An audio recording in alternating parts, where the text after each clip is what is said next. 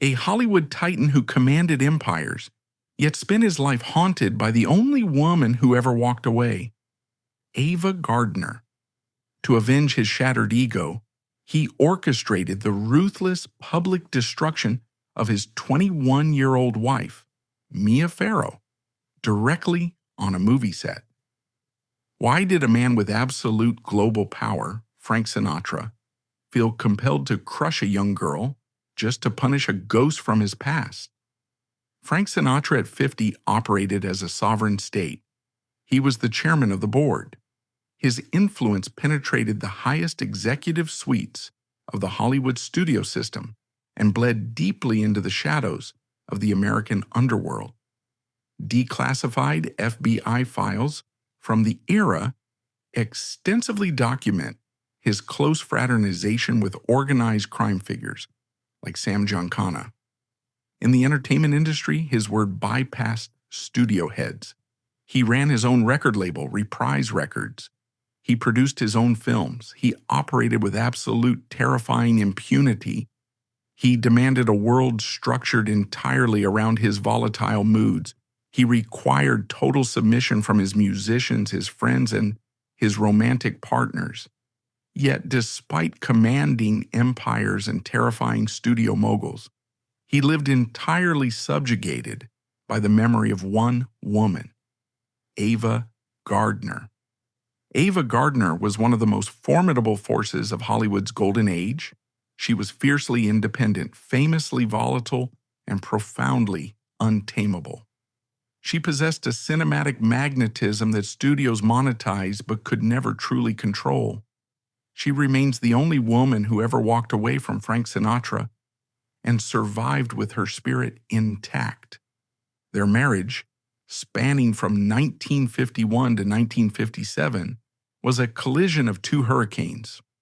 It was defined by intense destructive passion, public screaming matches, and severe emotional violence. Multiple historians and biographers document that Sinatra attempted suicide at least twice during their darkest periods. Ava understood the lethal nature of their bond.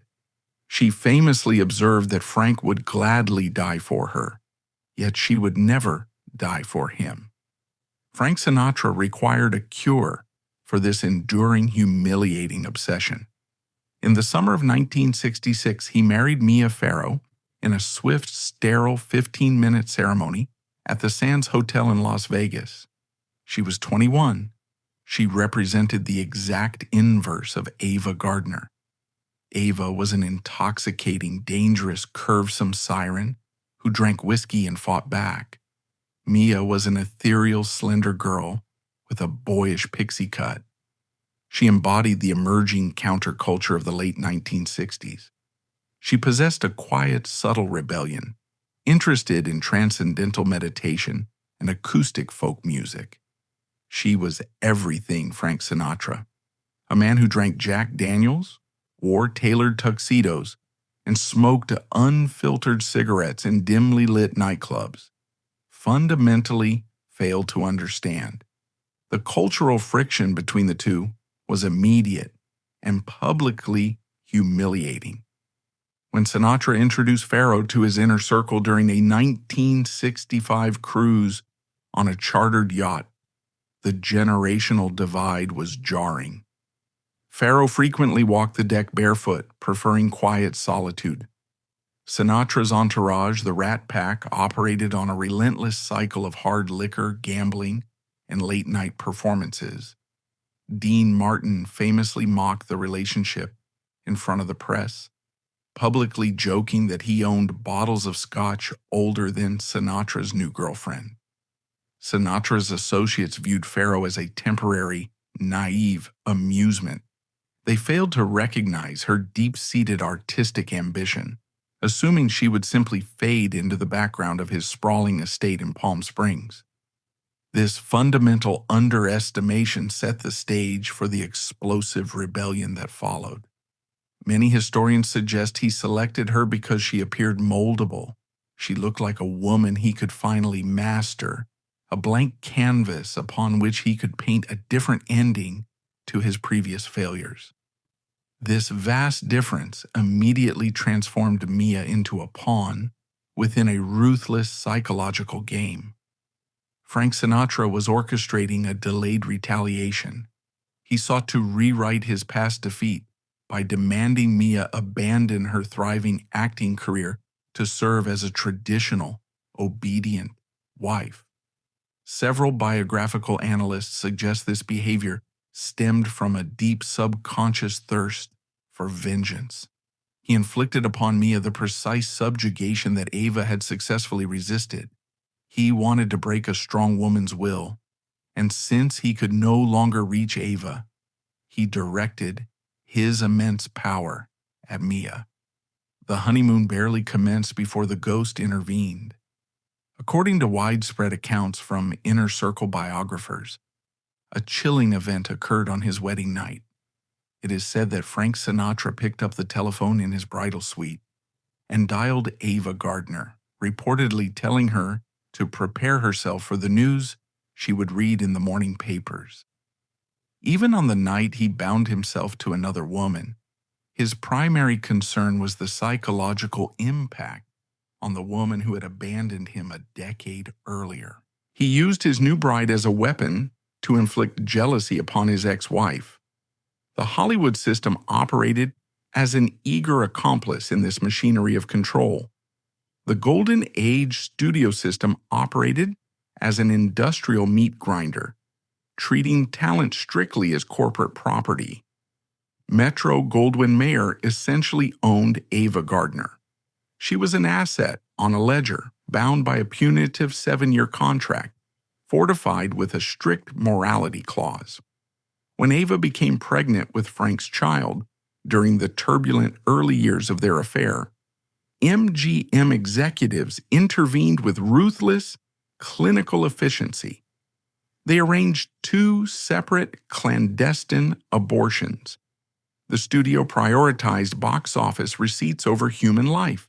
They understood that a scandal involving a married Sinatra and a pregnant Gardner would destroy their financial investment and alienate the conservative theater chains across America. The mechanics of this control were clinically documented during the production of the 1953 film Mogambo.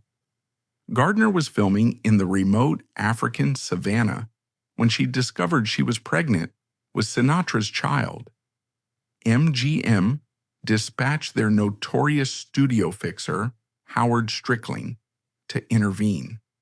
Strickling orchestrated a covert flight to London, securing a secret abortion under the guise of medical exhaustion. Sinatra, whose own career was plummeting at the time, was left waiting in a hotel room, entirely powerless to stop the studio from erasing his unborn child. Historical accounts indicate he was so devastated he turned on the gas jets in his stove, a suicide attempt thwarted only by a timely intervention from a friend. This specific, harrowing event solidified his lifelong hatred for studio executives. It established a trauma that he would carry into his future marriages. The absolute terror of a woman prioritizing a film schedule over his family. The system conditioned Ava to endure extreme psychological distress for the sake of the picture. It taught Frank a brutal lesson.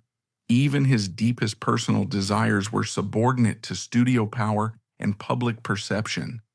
The humiliation of having his family planning dictated by men like Louis B. Mayer fundamentally altered him. He spent the rest of his life ensuring he would never be powerless again. He built his own empire, so no studio boss could ever force his hand. By the time he married Mia Farrow, he possessed the exact type of dictatorial power that had once tortured him and Ava. He had become the system. Mia Farrow stepped directly into this inherited trauma. She lived under the crushing weight of her predecessor. Frank maintained regular contact with Ava throughout his marriage to Mia. He continued to support Ava financially, ensuring she never truly left his orbit. He allowed the ghost to occupy the primary space in his life. The shadow of Ava Gardner haunted the hallways of their shared homes. When Ava first saw photographs of Mia's short, Vidal Sassoon-styled haircut, she issued a public, devastating mockery. She laughed and announced she always knew Frank would eventually end up in bed with a boy. The press circulated the quote gleefully, weaponizing a private remark for public consumption. The media and the studio executives fueled this toxic dynamic. They recognized the inherent drama and exploited it relentlessly. They framed the narrative as a bitter rivalry. Ava was the untamed, fiery goddess. Mia was the frigid, naive child. They pitted a ghost against a living girl. The two women never competed for a single role. They never shared a screen. They never even occupied the same social circles. Yet they were locked in a brutal, invisible war engineered by a man desperate to heal his own shattered ego. Frank used the press to leak stories, subtly elevating his own status as the ultimate prize, while watching the women in his life bear the brunt of public scrutiny. He thrived on the tension, using the tabloids to send messages to both women simultaneously. The powder keg was set. Frank possessed absolute power. Ava retained absolute influence over his psyche. Mia possessed a quiet, underestimated resolve to build her own career. The Hollywood landscape of 1967 was shifting, the old studio system fracturing under the weight of the counterculture. In this highly combustible environment, a single project emerged that would force these colliding forces into open warfare.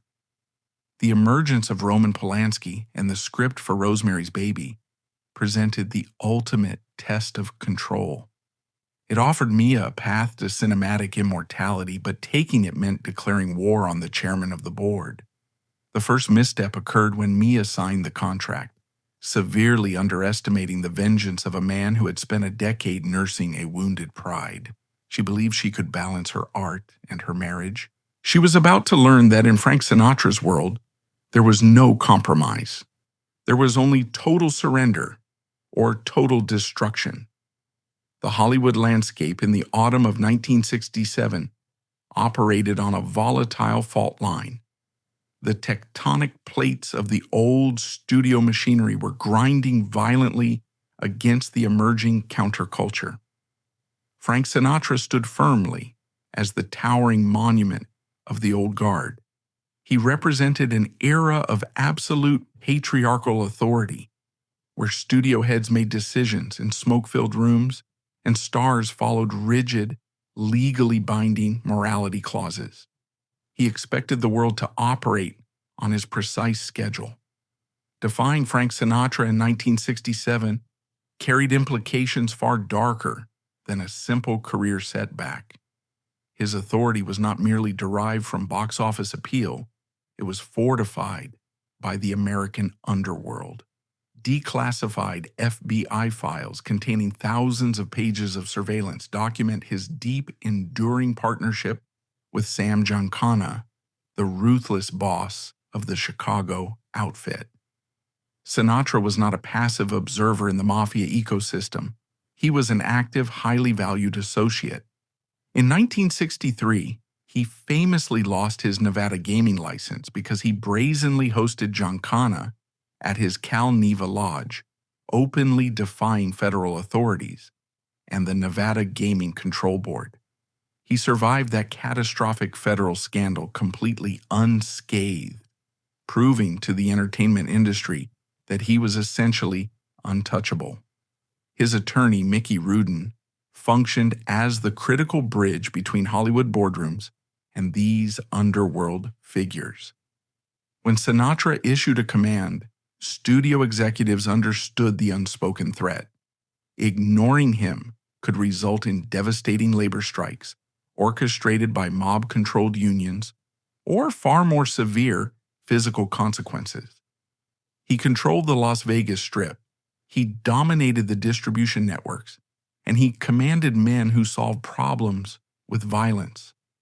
This was the terrifying monolith that 22-year-old Mia Farrow was preparing to challenge. She was not merely negotiating a film schedule, she was stepping into the crosshairs of a syndicate. A profound disruption arrived in the form of a young, desperately ambitious producer named Robert Evans. Evans had recently taken control of production at Paramount Pictures. The studio was financially hemorrhaging. It ranked 9th at the box office. Evans required a massive cultural phenomenon to save the company from liquidation. He found his salvation in a galley proof of a horror novel by Ira Levine. The project was Rosemary's Baby. Evans did not want a traditional glamorous leading lady. He required a protagonist who embodied the fragile, shifting anxieties of the modern woman. He needed an actress who looked like she could be easily crushed by a dark, oppressive system. He immediately targeted Mia Farrow. This casting decision served as the primary catalyst for the catastrophic collision that followed. It introduced the critical third factor into the Sinatra marriage. Frank Sinatra possessed vast wealth and intimidating underworld connections. Robert Evans possessed a major motion picture studio and a desperate need for a blockbuster. Mia Farrow found herself trapped squarely in the center of this immense power struggle. When Evans formally offered the role to Farrow, Sinatra displayed a chilling, calculated indifference. He viewed the project as a trivial, temporary distraction for his young wife. He severely underestimated the artistic gravity of the film and the obsessive nature of its director. Paramount had hired a brilliant, controversial European auteur named Roman Polanski to helm the picture. Polanski represented everything Sinatra loathed. He was avant-garde, cynical, and entirely unimpressed by the Rat Pack establishment. He did not care about Sinatra's mafia connections. He did not care about the unspoken rules of Hollywood deference. Polanski cared solely about extracting a legendary performance from his lead actress, regardless of the psychological collateral damage. The trap clamped shut when Sinatra simultaneously orchestrated his own cinematic vehicle. He signed on to star in a gritty police thriller titled The Detective for 20th Century Fox. He negotiated a contract that included a supporting role specifically tailored for his wife. He established a rigid timeline. Farrow was scheduled to complete Rosemary's Baby by late October of 1967, affording her a few days of rest before reporting directly to his set in November. Sinatra viewed this arrangement not as a professional collaboration, but as a mandate of ownership. He was constructing a reality where his wife transitioned seamlessly from a Paramount sound stage back under his direct, watchful jurisdiction at Fox. The reality on the ground immediately fractured this fragile arrangement. Filming commenced on Rosemary's Baby, and Polanski initiated a regime of relentless psychological pressure. He was a notorious perfectionist. Historical production logs confirm he routinely demanded 30, 40, or even 50 takes for a single, mundane sequence. He isolated Farrow from the rest of the cast. He engineered an atmosphere of genuine paranoia on the set to ensure her on-screen terror was absolutely authentic. Historical production records detailed the extreme, highly dangerous methods Polanski utilized to dismantle Farrow's psychological boundaries. During the infamous sequence where Rosemary walks blindly into New York traffic, Polanski did not secure city permits or halt the actual flow of vehicles. He simply handed the camera operator to follow Farrow, instructed her to walk directly into oncoming, moving traffic on a busy Manhattan street, and assured her that nobody will hit a pregnant woman. He placed his lead actress in genuine physical jeopardy to capture a look of authentic dissociation. Furthermore, he forced Farrow to consume raw liver on camera. Despite her being a strict vegetarian, Polanski demanded multiple takes of the consumption until she was physically ill. He was systematically proving a brutal thesis. In the era of New Hollywood, an actress's physical safety and personal trauma were entirely secondary to the director's cinematic vision. Polanski was breaking her down from the inside, while Sinatra was attacking her from the outside. The ping-pong narrative of control and retaliation began to escalate rapidly. Polanski pushed the production severely behind schedule. Farrow absorbed the delay, working grueling 14-hour days. Sinatra, sitting in his compound in Palm Springs, recognized the slipping timeline. Many biographers suggest he interpreted the production delay not as a standard Hollywood logistical failure, but as a direct, personal insult. His authority was being challenged by a Polish director and a desperate studio executive. Sinatra struck his first blow. He initiated a campaign of psychological isolation. He refused to visit the Paramount set. He demanded Farrow fly back to Palm Springs or his home in Bel Air every single weekend, regardless of her physical exhaustion. Farrow attempted an impossible balancing act. She tried to appease the European auteur, demanding her total artistic surrender during the week, and the American icon demanding her total domestic submission on the weekends. She lived on commercial flights, surviving on minimal sleep, caught between two colossal male egos. The physical toll became impossible to conceal. Farrow, already a slender woman, began dropping weight rapidly. Polanski noticed the deterioration. Instead of offering respite, he weaponized her exhaustion for the camera. He instructed the makeup department to highlight her dark circles. He told the costume designers to let her clothes hang loosely on her shrinking frame. The director was filming the actual real-time breakdown of a 22-year-old girl. Simultaneously, the media machinery caught the scent of blood. By early November, the Hollywood trade papers and prominent gossip columnists began publishing insidious rumors. They highlighted the delays on the Paramount lot. They speculated openly about Farrow missing her start date for The Detective. The conflict transitioned from a private scheduling dispute into a highly public arena. This media intervention triggered Sinatra's deepest, most volatile insecurities. He despised public embarrassment. He remembered the excruciating public humiliation he endured during his tumultuous marriage to Ava Gardner. The press had frequently portrayed him as a desperate, trailing husband, while Ava filmed movies across the globe. He had sworn to never occupy that pathetic role again. Reading columns that suggested his young, seemingly docile wife was defying his orders to satisfy another director enraged him. The ghost of Ava Gardner materialized in the form of newsprint. He felt the old sting of public emasculation returning. He reacted with overwhelming blunt force aggression. Sinatra bypassed Farrow entirely and directed his wrath at the system. He placed a direct call to Robert Evans at Paramount. He did not request a schedule adjustment. He issued an imperial command. He demanded Evans shut down the production of Rosemary's Baby immediately and release Farrow to 20th Century Fox. Evans faced a paralyzing dilemma. Defying Frank Sinatra in 1967 carried severe professional and personal risks. Sinatra could mobilize unions to strike. He could blacklist executives.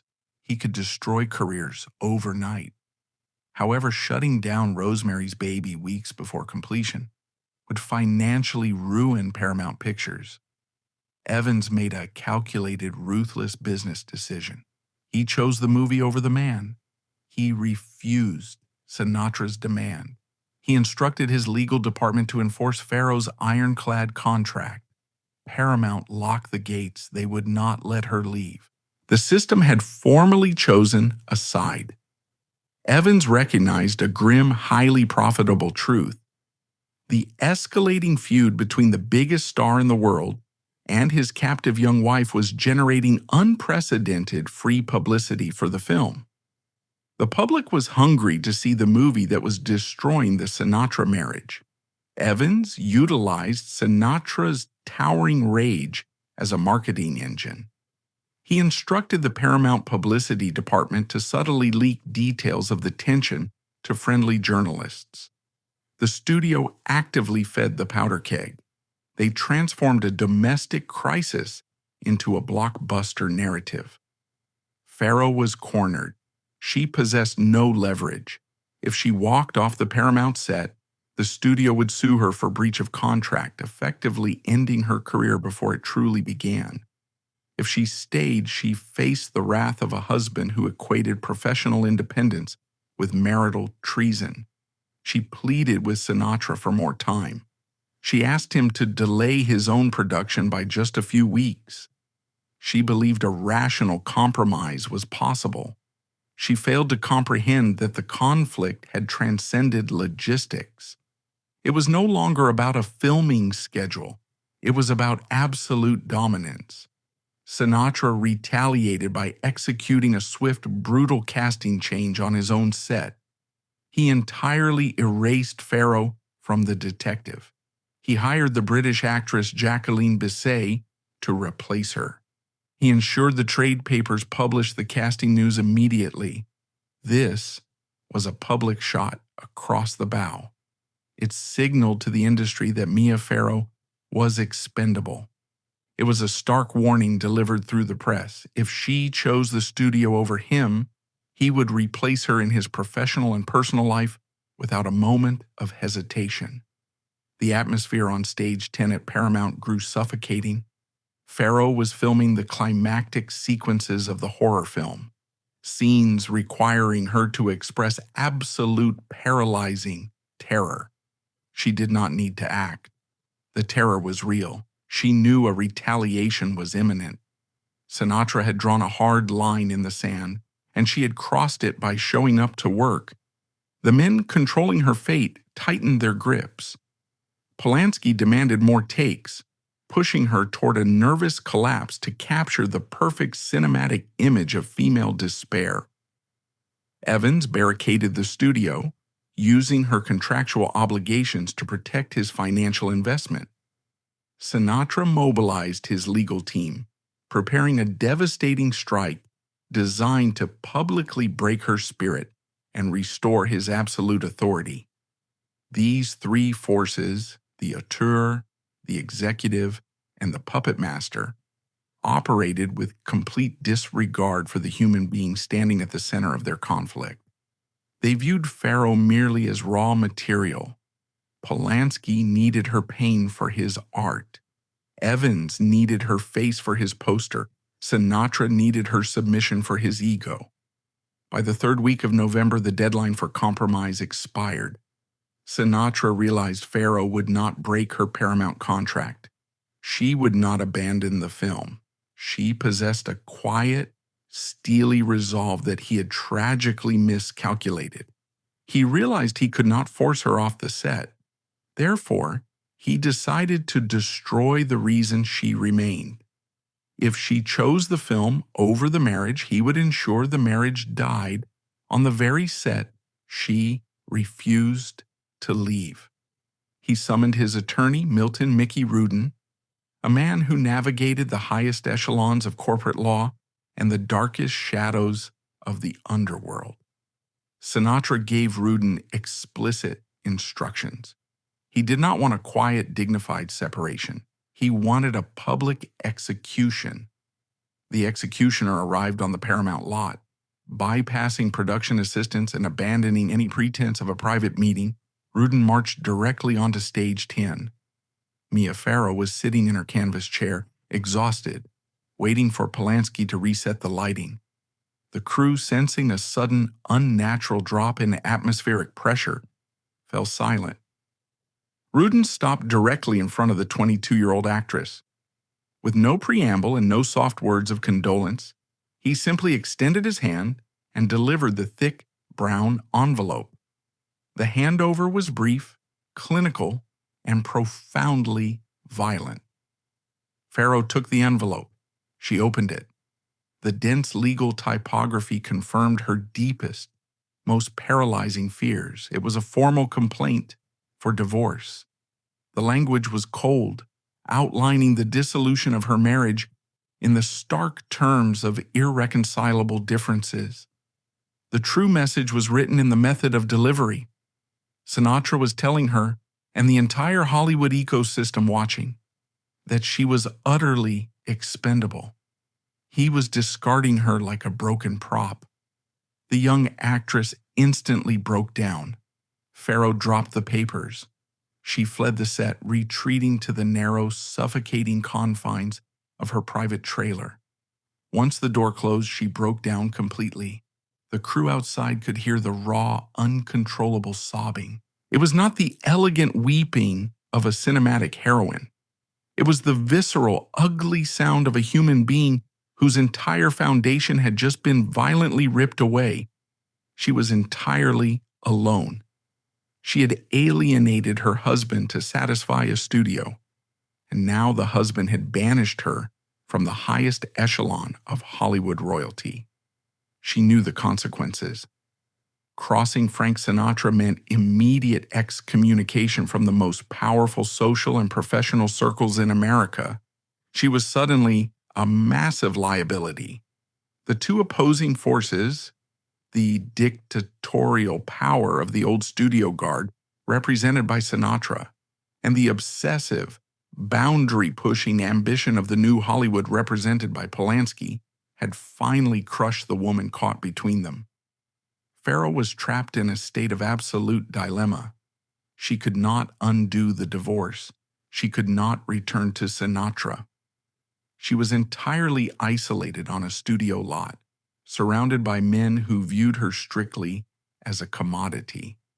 The reaction of the system to this profound personal tragedy exposes the true predatory nature of the entertainment industry. When Robert Evans, the head of Paramount Production, received the phone call detailing the incident on stage 10, his primary concern was not the mental stability of his lead actress. His immediate priority was the completion of his multi-million-dollar investment. He recognized the immense dark value of what had just occurred.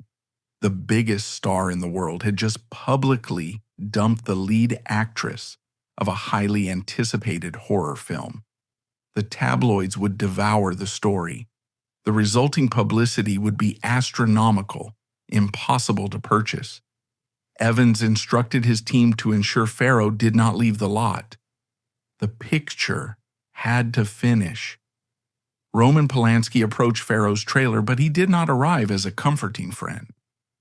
Recognizing the raw, unvarnished devastation breaking his lead actress apart, historical accounts suggest he saw a dark cinematic opportunity.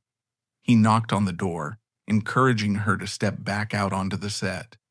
The unspoken transaction was brutal. Channel that exact, genuine trauma directly into the lens. Farrow, possessing a survival instinct that Sinatra had tragically underestimated, wiped her face. She emerged from the trailer. The crew stared at her, caught between profound pity and voyeuristic fascination. She walked back onto the brightly lit set of the Bramford apartment. Polanski called for action. The cameras captured the immediate aftermath of a profound emotional collapse.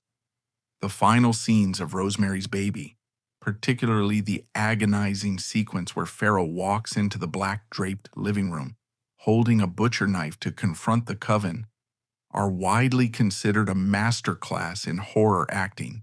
It was not acting.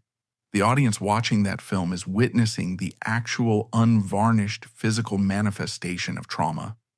Farrow's hands are shaking violently. Her eyes are hollow, completely drained of life. Her skin possesses a sickly, translucent pallor. She is hyperventilating. The sheer terror radiating from her face was generated by the realization that her life had just been destroyed by the man she loved. Polanski squeezed every drop of that misery onto the celluloid. He demanded multiple takes, forcing her to relive the panic again and again. He did not allow her to rest. He capitalized on her shattered nervous system. The system operated with perfect, monstrous efficiency. Sinatra provided the psychological devastation. Polanski captured it on film, and Evans prepared to sell it to the global public. They formed a dark trinity of exploitation, grinding a young woman into a cinematic icon. Sinatra could have filed the papers quietly. He could have allowed her to finish the picture. Yet, he chose the most theatrical, damaging route possible. Many biographers believe the act was never truly about Mia Farrow. It was a message broadcast across the ocean to the ghost of Ava Gardner. A decade earlier, Ava had humiliated him. She had engaged in highly publicized affairs. She had forced him to follow her across the globe, begging for reconciliation while the international press documented his desperation. She had stripped him of his patriarchal authority and exposed his vulnerabilities to the world. He had spent the intervening years amassing absolute power to ensure he would never be a victim again. By publicly executing his marriage to Farrow, he was proving to himself, to the industry, and to the phantom haunting his memories that he was now the undisputed master of his domain. He was demonstrating that he no longer chased women, he discarded them. He was showing the world that he could halt a major motion picture, humiliate a rising star, and dictate the news cycle with a single phone call. Farrow was merely the sacrificial lamb placed upon the altar of his ego. He destroyed her to retroactively heal the wounds inflicted by Gardner. The divorce papers served on stage 10 were the ultimate manifestation of a trauma bond. Sinatra passed the abuse he suffered at the hands of one woman directly onto another. The fallout was immediate and severe. The Hollywood press exploded with the news. Columnists dissected the marriage, overwhelmingly siding with Sinatra's narrative. They framed Farrow as an ambitious, ungrateful starlet who had prioritized a strange European horror film over her duties to an American legend. The narrative punished the victim and elevated the aggressor. Sinatra maintained his schedule, projecting an aura of absolute indifference. He continued filming The Detective with Jacqueline Bisset, signaling to the industry that he had not missed a step. He threw lavish parties in Palm Springs. He curated an image of a powerful man cleanly excising a problematic element from his life. Farrow conversely retreated into a protective silence. She finished the film, packed her belongings, and left the United States. She traveled to India, seeking refuge in an ashram in Rishikesh alongside the Beatles. The physical distance was a desperate attempt to escape the suffocating reach of Sinatra's influence and the glaring spotlight of the media machinery he controlled. She needed to rebuild the foundation he had so casually destroyed. This specific event, the serving of the papers on the Paramount lot, remains one of the darkest, most revealing moments in the history of the studio system. It stripped away the glamorous veneer of Hollywood royalty to expose the brutal power dynamics operating beneath the surface. It demonstrated how immense wealth and influence could be weaponized to inflict precise emotional violence.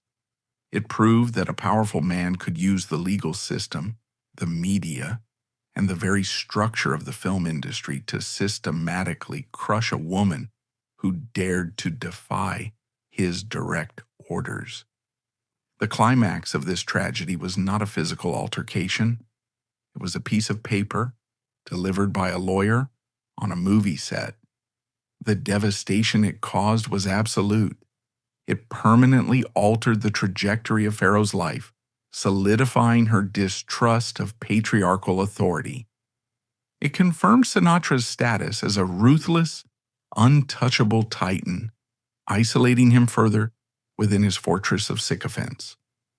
It ensured that the ghost of Ava Gardner remained the only truly victorious entity in this sprawling, destructive saga, silently observing the wreckage from afar. The abyss had swallowed them all. Farrow lost her marriage and her innocence.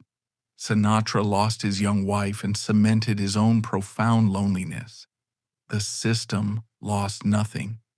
Paramount Pictures prepared to release a masterpiece built entirely on the shattered nerves of its leading lady. When Sinatra ordered his lawyer to deliver divorce papers on a bustling movie set, he believed he was punishing his wife and reclaiming his absolute power. Instead, he played directly into the hands of the Hollywood machinery. Paramount Pictures released Rosemary's Baby in June 1968, actively capitalizing on the highly publicized collapse of Farrow's marriage to market the picture. The strategy yielded staggering financial results. The film grossed over $33 million in the United States against a modest budget of $3.2 million. The men who orchestrated the production built massive empires upon its success. Robert Evans solidified his control over Paramount, and Roman Polanski ascended to the elite ranks of Hollywood directors. Farrow received widespread critical acclaim, but the institutional power and financial windfall remained firmly with the executives. The summer of 1968 delivered the final, undeniable verdict on the power struggle. Sinatra's film, The Detective, the exact project he used to threaten Farrow and assert his dominance, premiered to respectable numbers but quickly faded from the cultural zeitgeist.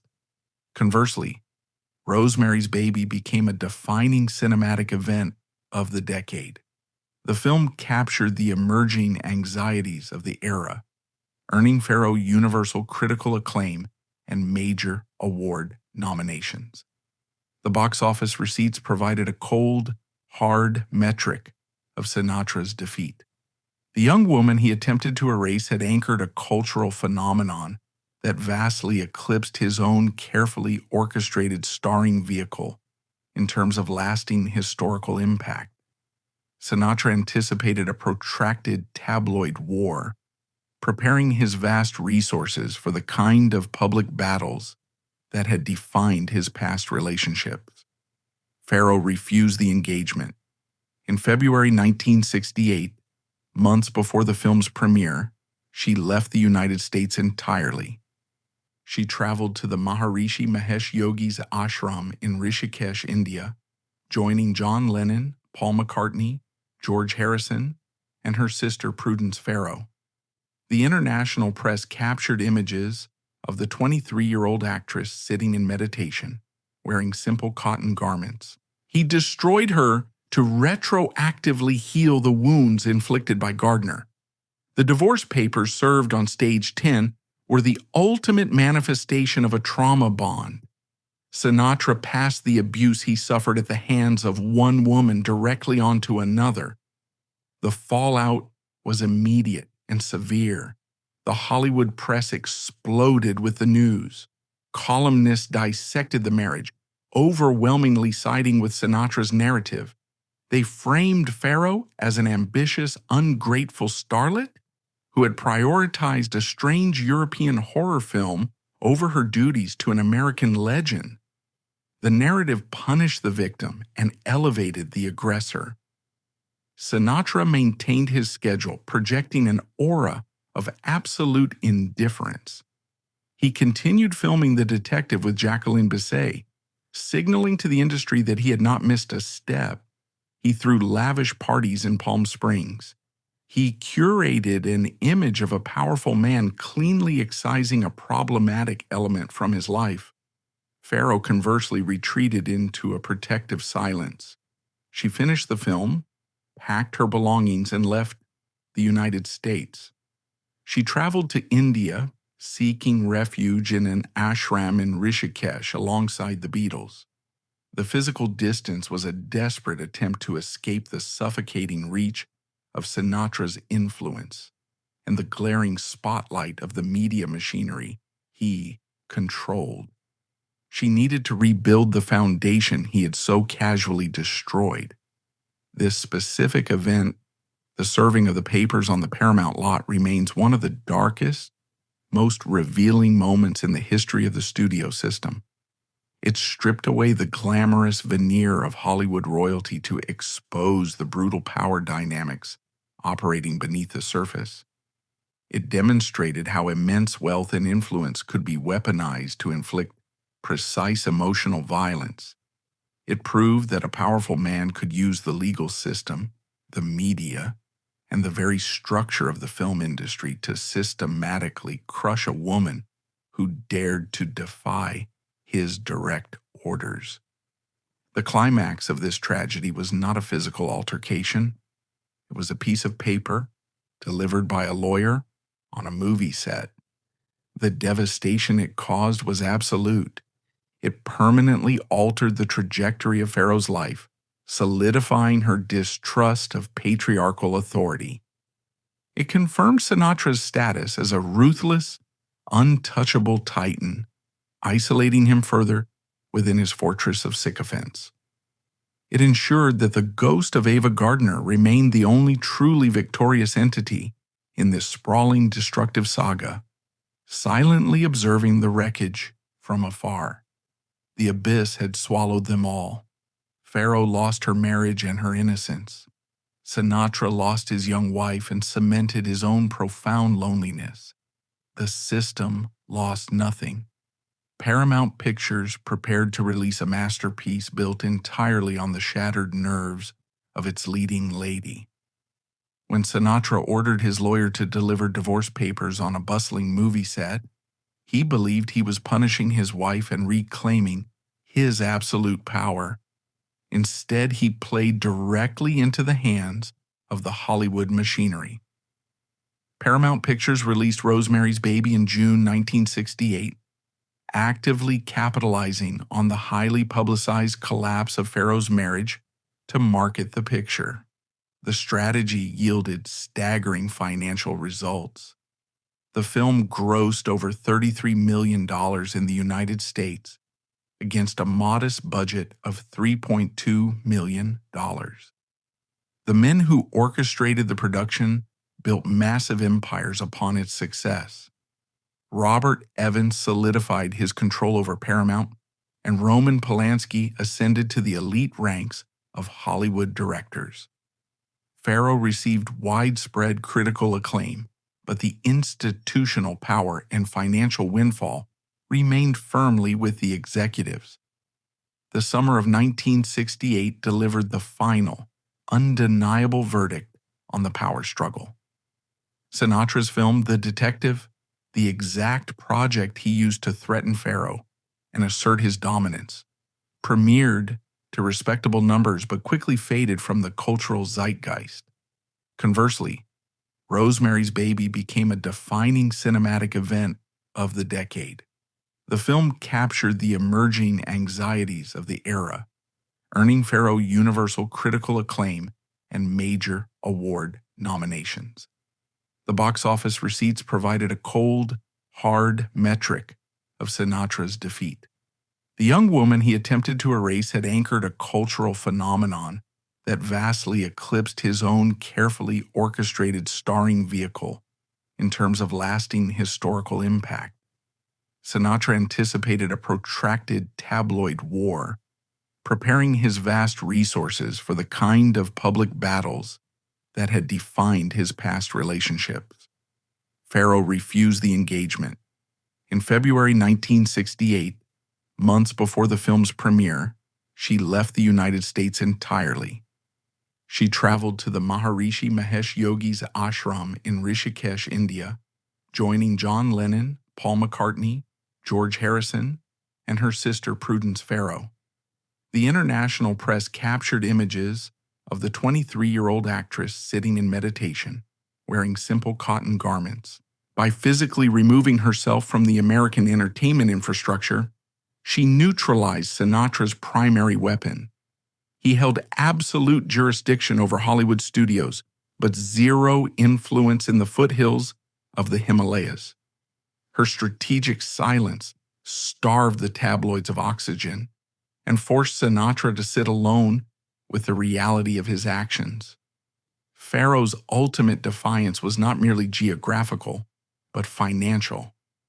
When the formal legal proceedings concluded in Juarez, Mexico, in August 1968, Sinatra braced for a brutal financial extraction typical of high-profile Hollywood divorces. He possessed an estimated net worth of $50 million. Instead, Farrow stunned his legal team by waiving all rights to alimony. She asked for absolutely no financial settlement. She walked away from one of the largest fortunes in the entertainment industry, legally taking nothing from the marriage. This clean, surgical exit devastated Sinatra's carefully constructed narrative. He could not frame her in the press as a calculating, opportunistic starlet. She proved through a legally binding document that she valued her artistic independence far more than his vast empire. No single man orchestrated this tragedy alone. It required the architecture of an entire industry that demanded human sacrifice for public entertainment. It is the complicity of executives who prioritize shooting schedules over mental health. It is the predatory nature of a media apparatus that turns domestic abuse into front-page entertainment. Frank Sinatra, Mia Farrow, and Ava Gardner were locked in a devastating psychological war. The system owned the arena, sold the tickets, and collected the profits. The house always wins. The ensuing decades rigidly defined their divergent paths. Sinatra surrendered to a heavily guarded domesticity with his final wife, Barbara Marx. His cultural monopoly slowly faded into pure nostalgia. Conversely, the trauma at Paramount hardened Farrow. She consciously rejected the traditional studio apparatus. She forged a formidable cinematic legacy and built a sprawling family of her own. Yet, the bizarre trauma bond survived. When Farrow faced her own highly publicized family scandal in 1992, multiple biographers report Sinatra offered to deploy his underworld connections to physically harm her abuser. It was a violent offer she quietly declined. When the ultimate dictator of Hollywood passed away in 1998, Farrow approached his open casket. According to several credible sources, she silently placed a small item inside, her original wedding ring. She returned the symbol of his ownership, burying the nightmare alongside the man who forged it. Mia Farrow traded her marriage for a legendary role, but she survived to reclaim her story. Many other icons of the Golden Age were not so lucky. The event on the Rosemary's Baby set stands as one of the most calculated emotional strikes in Hollywood history, a chilling proof that the machinery of fame will gladly use a broken heart to sell a movie ticket. We see these exact psychological patterns today hidden behind different screens and different puppet masters. The public appetite for personal tragedy remains unchanged. You want to know who really pulls the strings. You want to see the bodies buried beneath the studio lots. Whose coffin do you want legendary stories to open next? Leave the name of the star you want to explore. We will continue to reveal the darkest truths.